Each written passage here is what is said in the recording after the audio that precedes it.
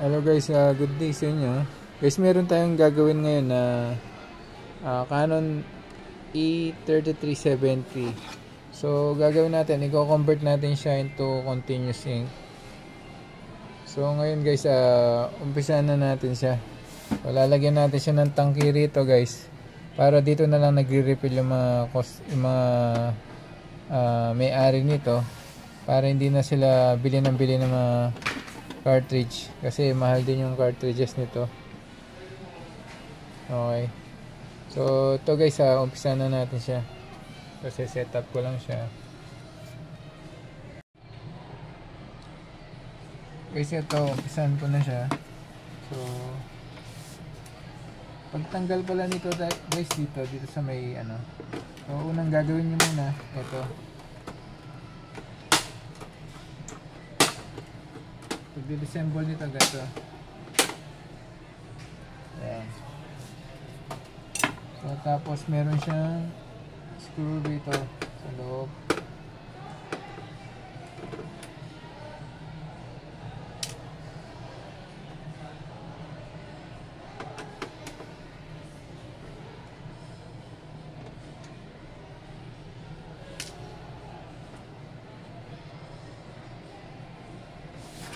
Tapos dito siya.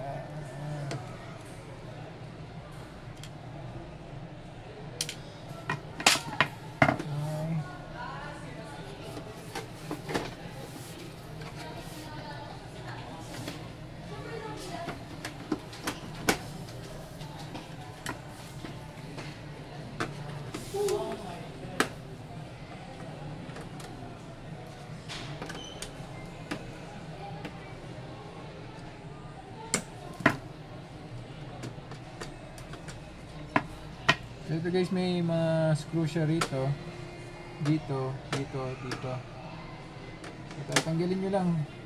Visible naman guys yung mga screw nila, so hindi kayo mahirapan maghanap. So ayan. Tapos guys, dito meron siyang ito yung pinaka niya, pinaka switch. Pag dito sinarado mo to, pag sinarado mo yung pinto ng ibig sabihin magno-normal yung blink ng ilaw ng printer mo. So magno-normal to pag nakasarado. So ngayon gagawin natin guys, puputulin natin siya ng wire. Pagdidikitin na natin siya para pag halimbawa tinanggal natin yung pinto, normal pa rin siya.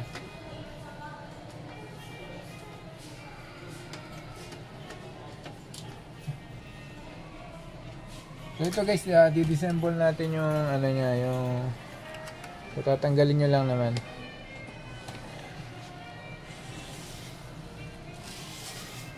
So ito, bubunutin nyo lang yung pinaka-flex nya. Ayan, bunot na.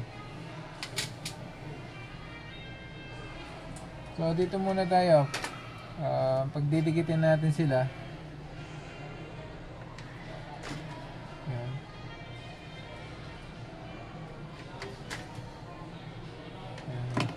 Ito guys, binalatan ko na yung dalawang wire. So pagdidikitin mo lang sila. Ngayon kung meron kang electric tape, pwede mo siyang gawin na takpan ng electric tape. Pero kung wala naman, pwede kang gumamit ng ganito. Ito siya, heat rubber siya. So pag inano mo siya, ininit mo to, siya mismo isi-shrink niya yung guys, yung goma. So parang sila, parang tape din to. Ayan. So ibaban nyo yung dalawa. Ayan, nakaban na sila. Okay, so protected yung wire natin.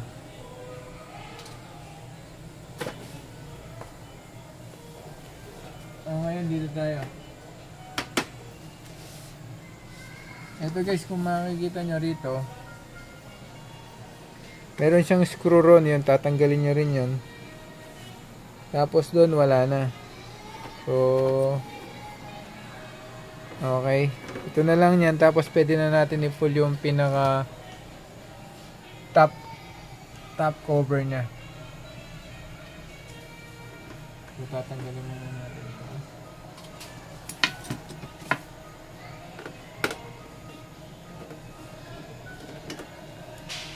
Ito yung screw niya.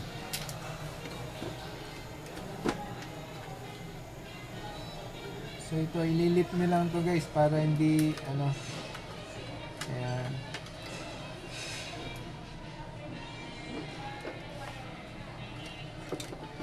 So pati itong ano. So ipupull nyo lang itong pinaka flex nya. Ito kasi yung flex nya to. Ito yung sa scanner nya. So dahan-dahanin nyo lang. Ito naman kasing flex na to para dito sa power, yung tinanggal natin na panel nya. Ito. So ngayon ito naman, bubunutin natin yung para sa flex sa scanner nya.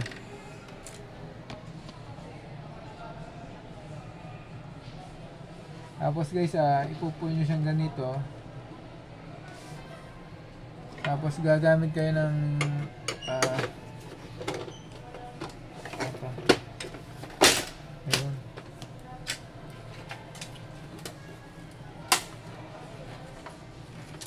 so ito guys. Then guys dito, makikita natin para may sobra siya. Dito kasi pag umandar yung cartridge natin, kung makikita nyo, pag umandar yung cartridge natin, makikita nyo yung sobra dito. Ito yung sobra niya, yung gilid to. So puputulin natin to na gamit ang nagaring bakal guys. Tapos ito naman yung sa pinto. Ito kasi yung sa pinto, ito yung pinaka switch nya. Makikita mo, ito pag pinush ng pinto ito, so mag-switch siya. Kaya lang ginawa natin kanina, kinonekta na natin yung dalawang wire, yung nilagyan ko ng heat rubber para magdikit sila. So ngayon to tatanggalin na natin to. No use na rin to.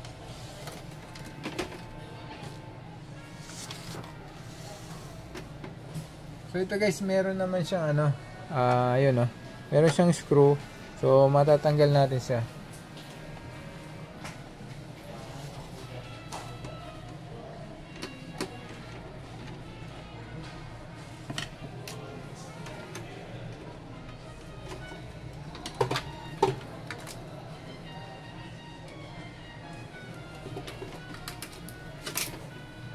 Guys, ito, natanggal na natin yung wire niya.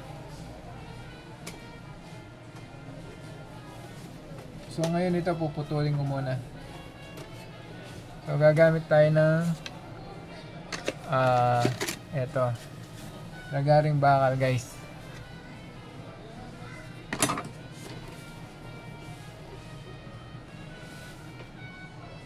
So gagamit tayo ng sapin. Ibabalot natin tong ano para hindi tayo mahiwa.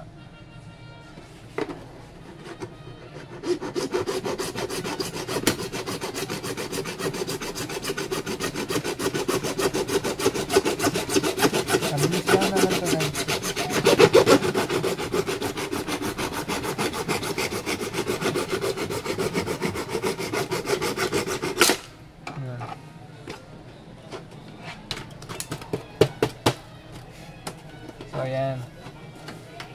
So at least pag pag umandar yung pinaka cartridge niya, so hindi tatama yung hose niya dito sa pinutol kung sobrang ano niya.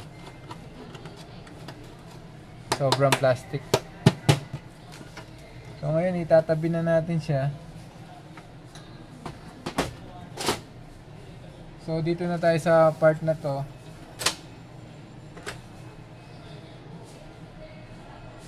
So ito guys, gagawin ko dito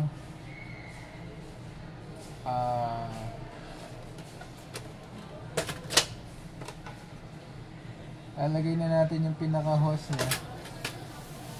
So ngayon dito makikita nyo meron siyang konting sobra rito, puputulin natin to.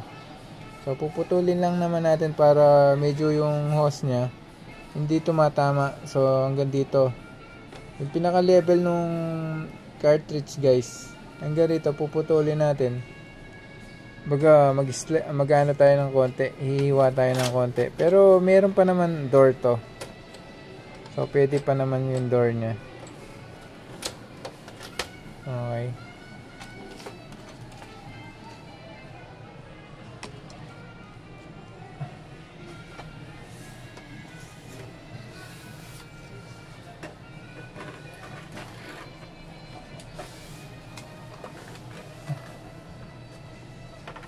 So ito guys, kung makikita nyo, yan ganyan siya. So hihiwain natin to ganyan. Inakagilid niya.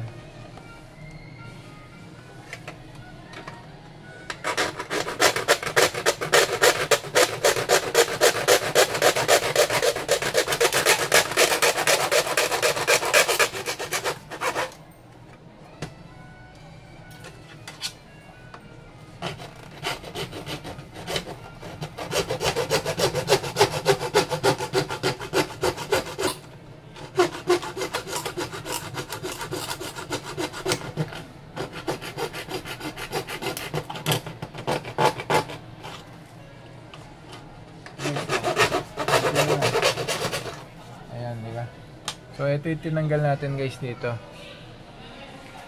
So nandito siya. Ito. So pinutol natin ng konti. So guys, kung meron matamaan nyo man to, sumobra man, wala naman magiging connection nito din sa pagpiprint ng nyo. So ito lang naman, mga lang naman to, mga casing lang naman. So maski pumutol kayo rito, magbutas kayo, sirain nyo, so normal pa rin yung function ng nyo. As long na hindi tinatamaan itong board nyo, pati itong pinaka part nya rito, so okay lang naman. Okay, so yung ginagawa lang naman natin para makadaan na mabuti yung hose, pag nilagay ko yung hose dito, para pag pumunta rito wala siyang tamaan o hindi siya sumabit. Eto guys, proceed tayo. So dito naman tayo sa part na to sa kabila. So, tatanggalin ko lang yung mga ibang pwedeng tumama sa hose. So yun guys, discretion nyo rin kung paano nyo padadaanin yung hose nyo. So minsan para-paraan din kung saan kayo komportable o mas maganda yung ginagawa niya, doon yung gagawin.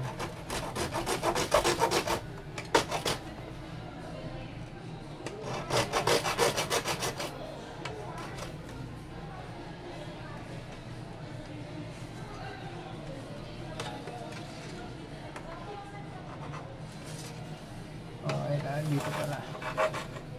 So gagawin ko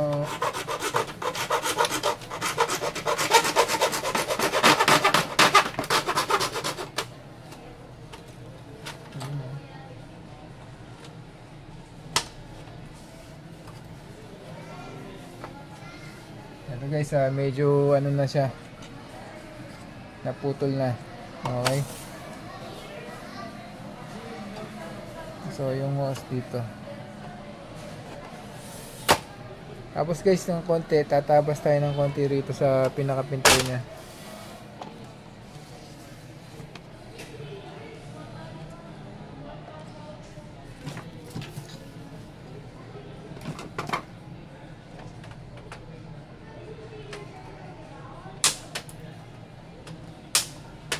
Guys, kung makikita nyo, ito lang naman, itong sobra niya rito. So yung lang tumatama ng konti. So tatanggalin ko lang yung excess dito guys, yung ng pinto niya. Yun.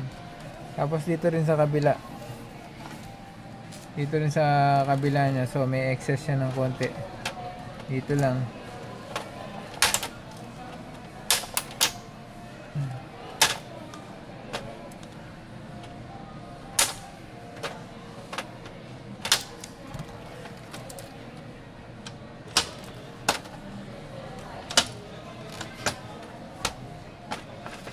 Tapos guys, dito tayo dito sa pinaka center nung niya. So bubutasan natin konti ito para pag nilagyan natin ng pinaka brace o hanger yung hose niya. So dito natin siya ihang So hindi siya tatama dito sa pinaka plastic niya.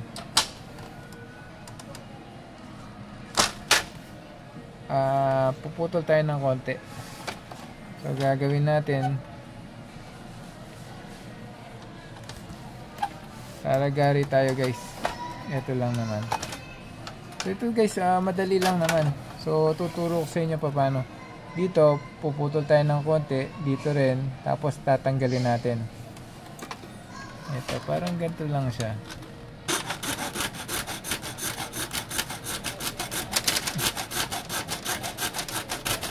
Tama, dapat nga lang guys, para-paraan lang din. Diba? Ayan. Pero at least matututunan nyo yung basic na ginagawa ko. Kasi, ibang klase to guys. May, magkaiba siya sa mga ibang Canon printer. Iba-iba rin yung mga hugis nila. Kaya, ibang paraan yung gagawin natin dito. So ayan, naputol na natin bawat side. So tapos gagawin natin guys, ano lang naman natin yun. So tanggal na siya. Yan, no? Tanggal na, di ba? Ayun. So tapos dito rin sa medyo may ano nito. So puputol din tayo ng konti. So ganyan lang naman. Ano na lang natin ng nagari din.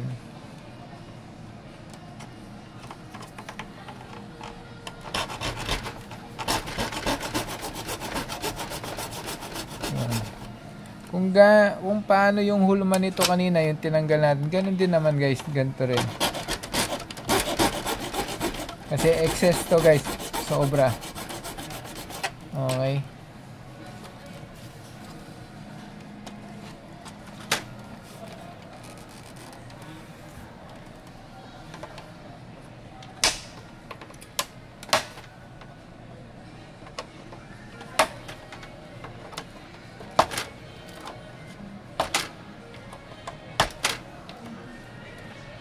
Kaya ako tinatanggal to guys, kasi pag kinabit ko yung pinaka hanger ng hose nya, so dito ko siya ididikit para walang ganong pantay siya, so flat siya. So gagamit lang ako ng yan, yung extra so medyo ipipinuhin natin ng konti. Ayun, no? So okay na siya.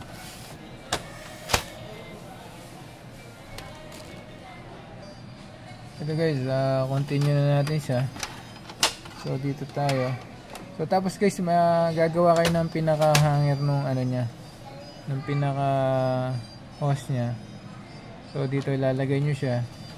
So maski isarado nyo siya guys, hindi siya tatama, di ba? Ito. So yan guys, naka siya dyan, nakahang siya dyan. So dito ko i-clip yung pinaka-hose nya sa gitna nito. So maski buksan natin yung pinto, nandyan pa rin siya. Okay. So ngayon gagawin ko, puputulin ko lang siya ng konti para hindi siya sumayad doon sa pinaka-ibaba nya. So dito. So raragari lang tayo. Ito guys, kung makikita nyo yan, sinabit na natin siya. So may hanger na yung hose natin. So dito natin siya ihahang yung hose natin. Ito sa part na to. So parang ka-level na yung mga cartridge guys. Okay. So ngayon proceed na tayo ulit. So ayan guys, gagawin natin, hihahang na natin itong pinaka tank nya rito sa gilid. So gagamit tayo ng screw natin siya.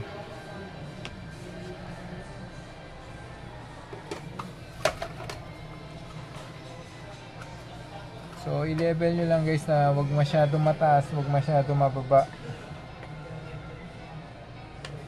Yan, ganyan lang siya. So magkano kayo ng mga 1 inches guys dito sa may ilalim nya. Tapos gamit kayo ng pang screw sa kanya.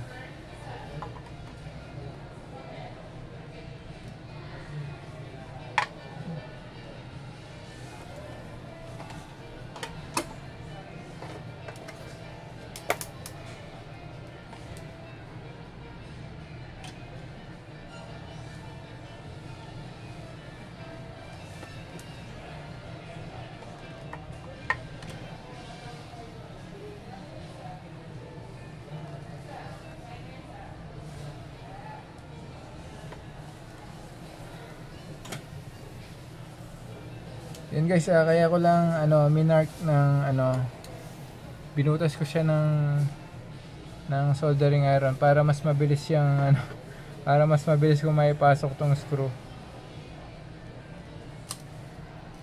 Yan, di ba?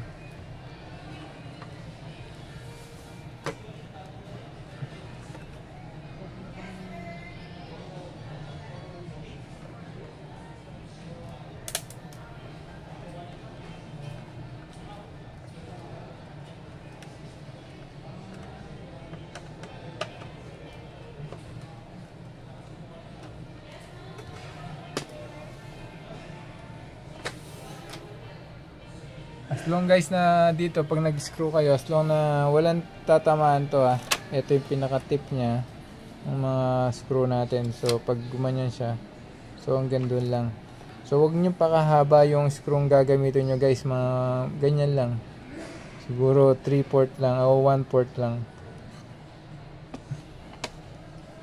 So proceed tayo. So ngayon gagawin natin guys ito. So lalagyan na natin siya ng yung tank. So ito siya. So ipapasok ko lang. So ngayon para hindi siya tumulo, itataas ko muna to. Papasok ko lang itong pinaka niya.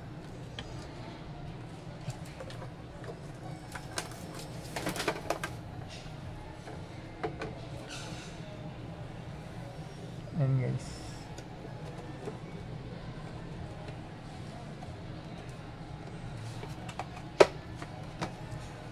Yan. So yun guys. Ito yung nito, kagandahan nito guys, may cover siya. So anytime nakatakip siya. Okay.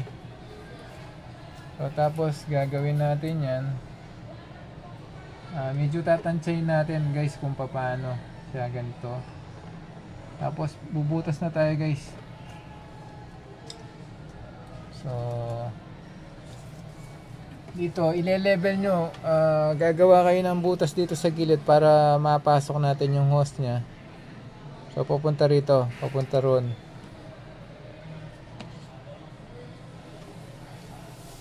So ile-level nyo yung hose nya dito sa level ng guys, ng mga cartridge, yung nila.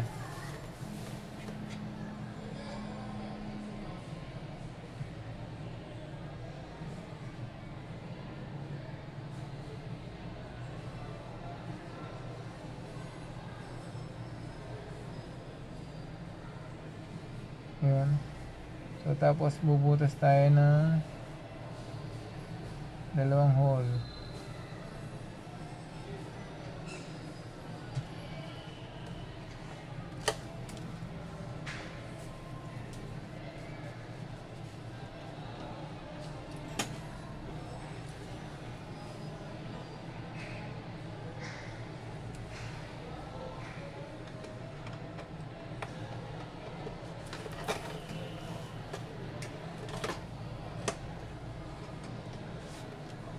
Guys, napasok na natin siya. So tapos lalagyan natin siya ng lalagyan natin siya ng tie cable para hindi gumagalaw yung mga cartridge natin, ay yung hose natin, sorry.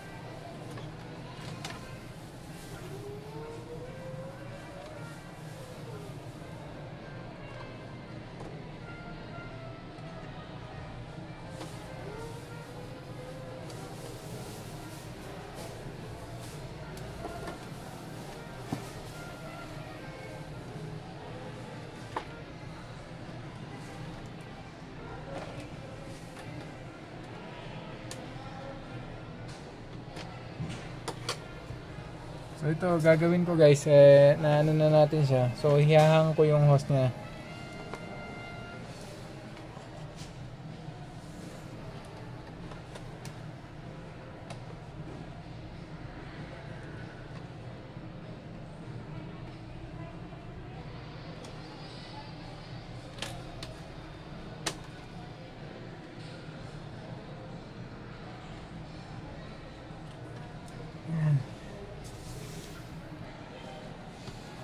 Ito guys, nahang na natin yung hose niya. So dito sa part na to, nilagyan ko siya ng clip na tie cable guys, para medyo matatag siya.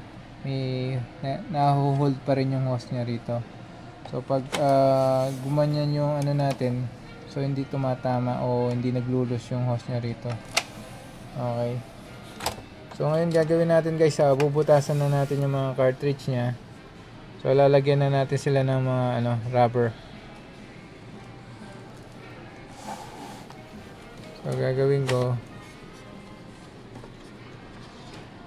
natin ito, tatanggalin natin sila.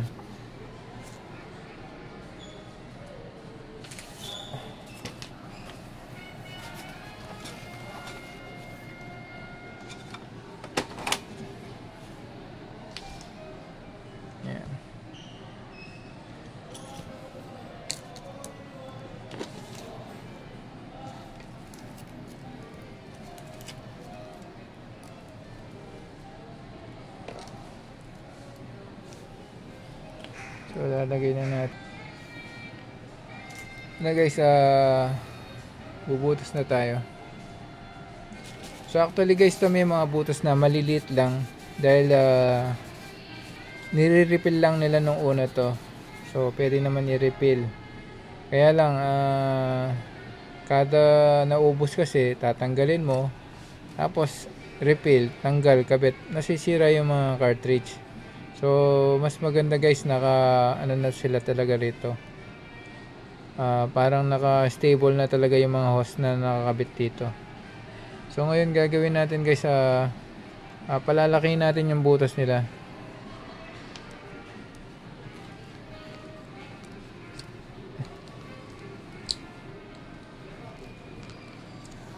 Bubutasan ko to palalaki natin para pumasok itong pinaka rubber nya dito guys. Ito na guys, nalagyan na natin sila ng rubber, yung binutas natin. Tapos dito tayo bumutas naman sa block, hindi dito sa taas, kasi para hindi ganong, mamaya pakikita ko sa inyo bakit.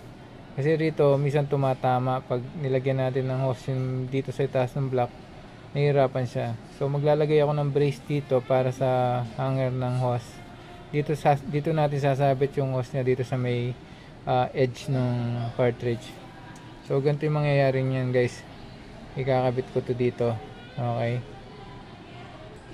So ito guys, ginawa ko, dinikitan ko siya ng glue stick para dumikit siya.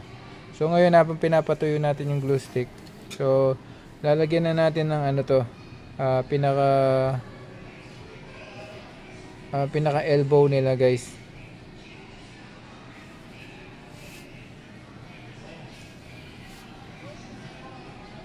So ito yung mangyayari ganito guys, papasukan natin siya ng elbow dito. Yan.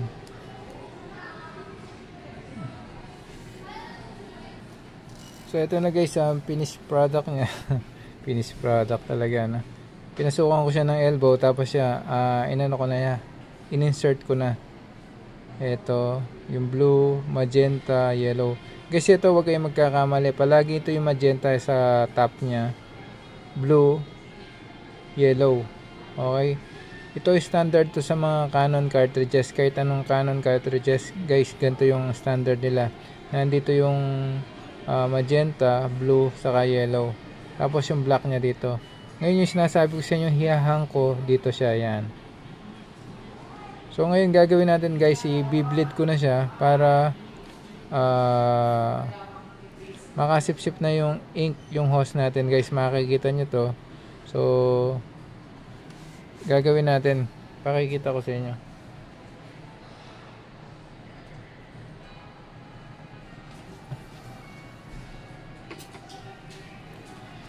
So ito, i-insert natin yung sanction nya. Tapos makikita nyo kung paano natin hihigupin. Ayun guys, oh. Guys, ito pala nakatakip kanina to. So gagawin natin para makahigop sila. So bubuksan natin. So ito, pag ginagamit nyo guys na kailangan nakabukas palagi yung maliit na hole na to. So parang straw yan. Pag tinakpan mo yung itaas, walang tutulo sa ibaba. So ganyan din to. Ito yung pinakaitaas nila. So ito, hindi ka magre-refill dito guys ha, pag re-refillin mo siya. So ito parang nagiging exhaust lang to ng ink nya. So ngayon gagawin mo, pag magre-refill ka, wala nang ink, visible naman, nakikita mo transparent yung plastic nya. So tatakpan mo tong small hole na to, lahat yan. Tapos bubuksan mo to. Pag nabuksan mo to, magre-refill ka rito. Yan, re-refillin mo. Pag na-refill mo na, sasarado mo muna to bago mo bubuksan to. Hindi sila pwedeng dalawang nakabukas guys. Hindi mo pwedeng buksan to na nakabukas to. Kasi magle-level yung ink nito dito. Kasi magkaiba yung container nitong maliit na hole nito saka dito guys, yung malaki. Kaya separate sila. So kailangan nito, yung maliit na hole nito, mas mababa siya kaysa dito sa malaking container. Okay guys. So kasi pag nag-level sila guys, mahihirapan mag-sanction yung ink nyo papunta dito sa mga cartridges nya. So guys, tandaan nyo yan ha, palagi. Ayan. So ngayon gagawin na natin, sasanction na natin siya. Ayun o. So yun, nakakita nyo dumaloy na yung mga ink nya.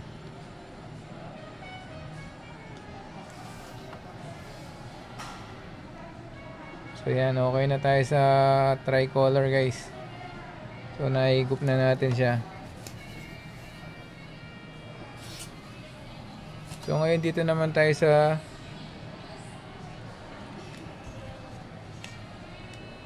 black. So sasanction din natin siya. So makikita nyo walang ink yun, no? So makikita nyo na yan pag sinanction natin siya. Yun, no? Diba? Nakita nyo dumaan. So ayan. So higup tayo guys para ma-fill yung loob nya, ma-refill yung loob ng cartridge. So ayan, okay na siya. So gagawin natin yan para hindi umurong guys. Gagawin natin, iipitin muna natin.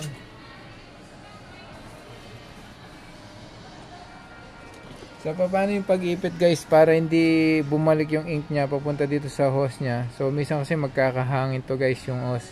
So gagawin nyo, yung excess na ano rito, ito yung function nya, kaya may excess na hose dito. So yung ginagawa nyo guys, iipitin nyo siya. Kung wala kayong pang-ipit na ganito, pwede din pang-ipit ng sampayan guys, yung mga damit nyo sa sampayan. Yan. Okay. So ngayon, so naipit na natin siya, pwede na natin i-pull to. Ayan. So ngayon, ikakabit na natin siya mismo sa cartridge. So ilalagay na natin siya.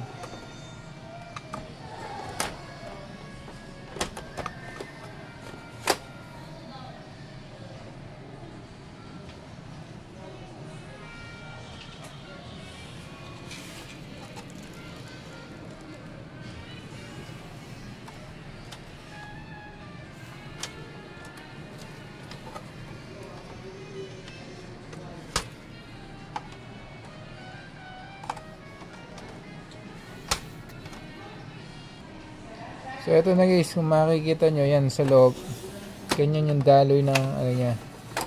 Okay. So dito naman sa labas niya, ganyan siya. So naka-close siya. So pag binuksan mo to, ganun pa rin naman siya. Okay. So pero mas maganda, sasarado mo na lang to. Yan. Para swabing tumadalo yung hose niya. Okay.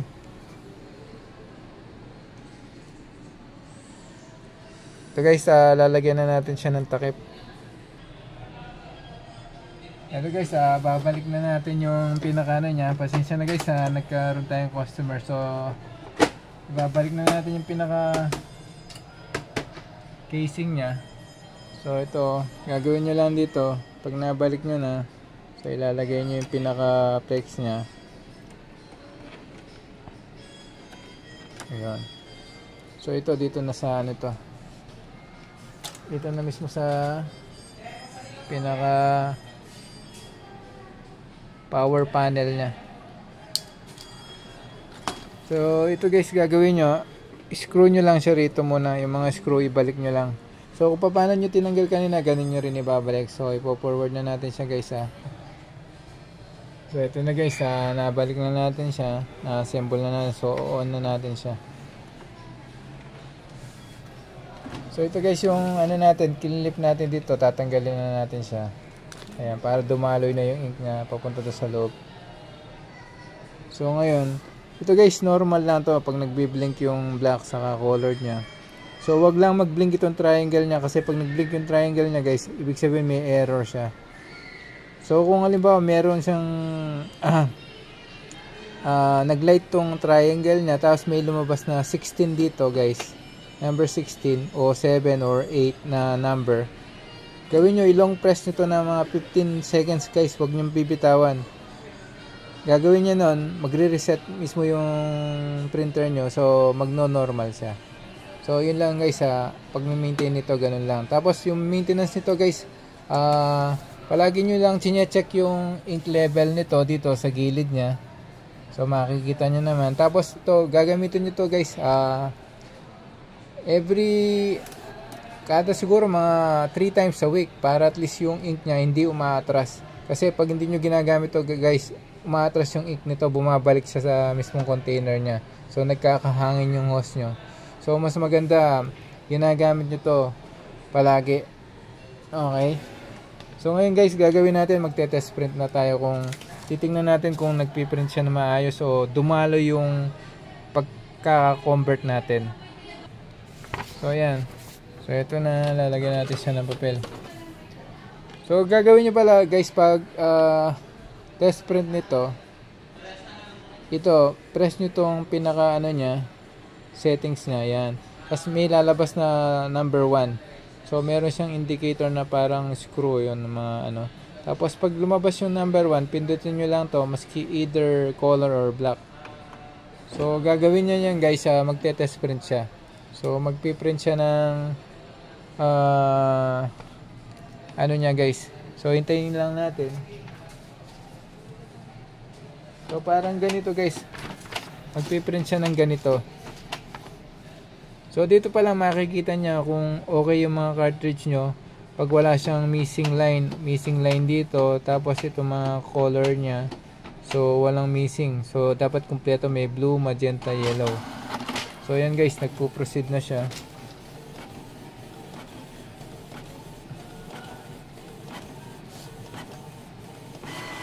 So yun no. Eto guys, kumpleto siya. Diba? So successful guys yung pagka-convert ng printer na to.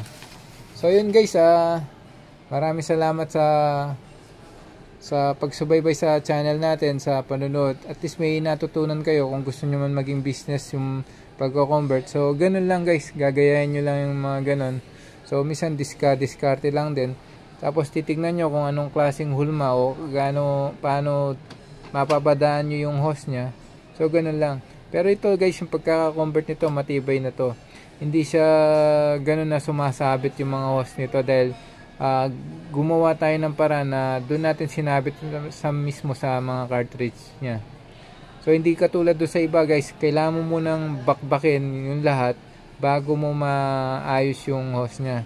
Hindi katulad nito guys, maski buksan mo rito, tanggalin mo yung mga cartridge nya, so sumasama yung hose nya. Okay guys. Kasi yun, hanggang dito na lang. Sana nagustuhan nyo yung tutorial natin. Thanks and God bless sa inyo. Bye guys.